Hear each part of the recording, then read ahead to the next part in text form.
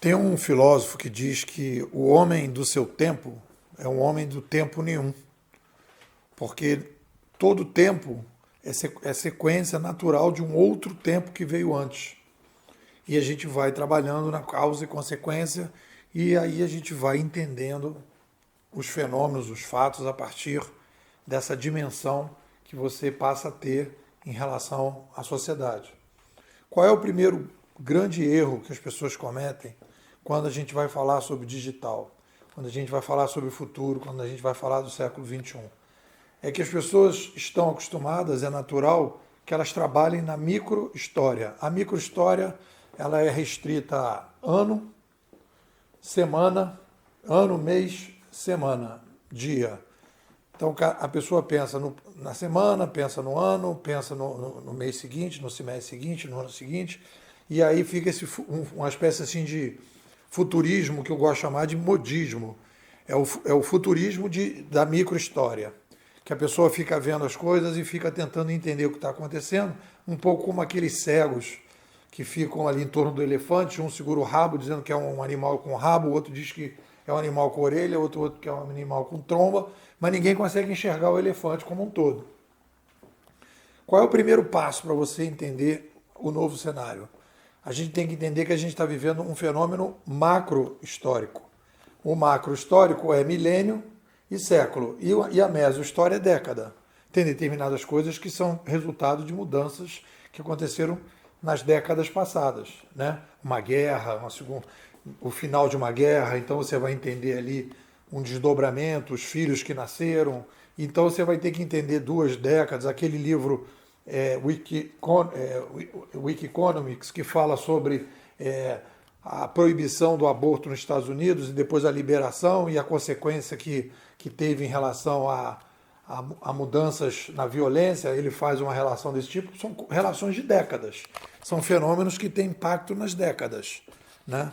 E tem coisas que só podem ser vistas no milênio ou no século por causa do tamanho da situação.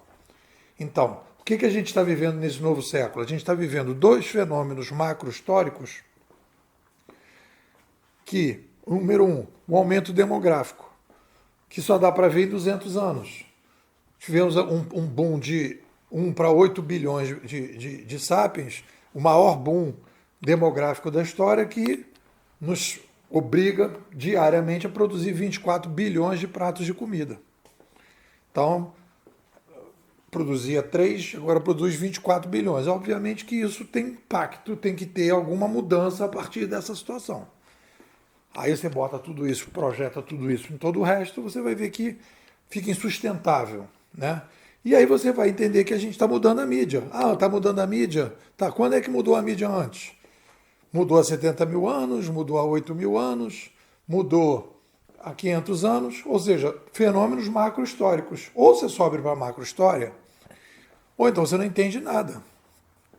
Você fica ali brincando de tentar entender, você fica na emoção e na percepção, que são as 2 bases, segundo a nossa titia Ayn Rand, é a base do início do processo de reflexão.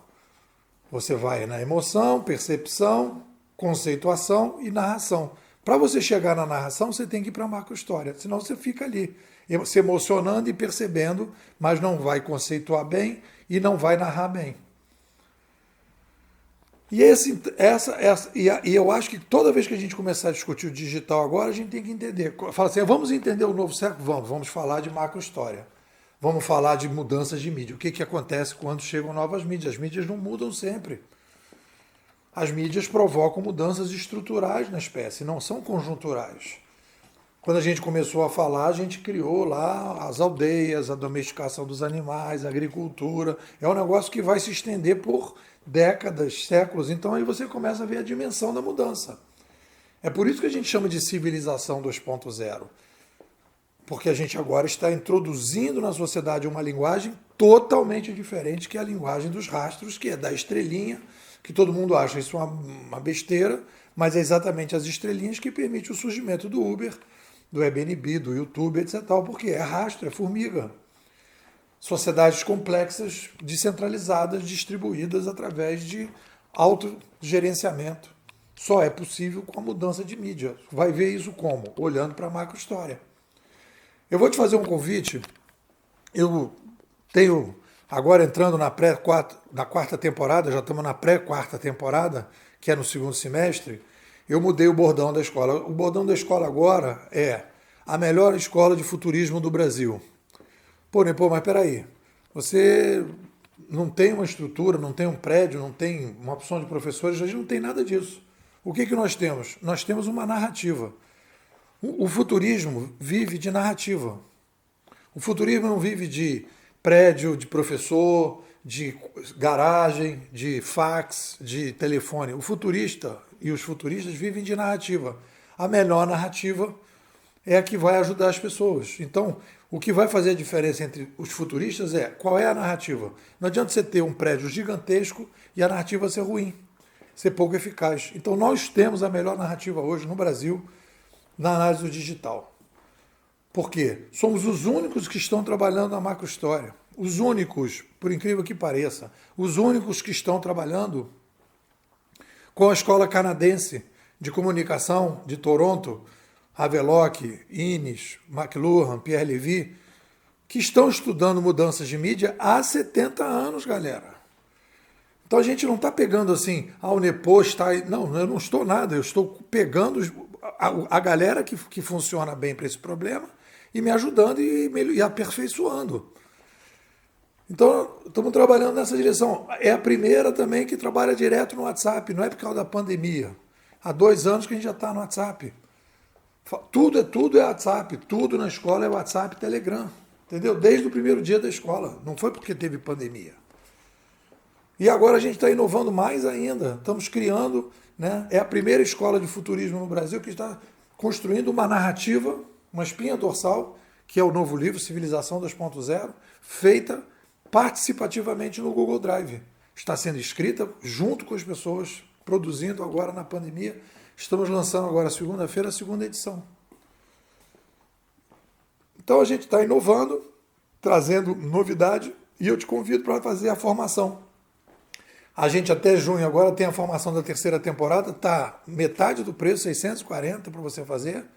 Você vai assistir 2 módulos, vai se certificar, vai conhecer a visão que a gente tem e vai fazer uma grande diferença na sua vida, seja lá o que você quiser fazer. Seja empreendedor, seja querendo ser consultor, professor, palestrante, você vai ter muito mais embasamento para você falar as coisas e vai se diferenciar desse mimimi do mercado que está trabalhando na microhistória. Bom, o link para a temporada completa está aqui embaixo. Para quem vai receber o material pelo WhatsApp e pelo Telegram. E se você ainda não está dentro da comunidade da escola, que não paga nada a comunidade, recebe todos os dias úteis os meus artigos, o áudio e o texto. Você recebe isso pelo Zap, gratuitamente. Tu me manda um Zap, 21 99 608 6422. Vou repetir, 21 99 608 6422. Nepô, quero ser bimodal. Paz, serenidade e criatividade.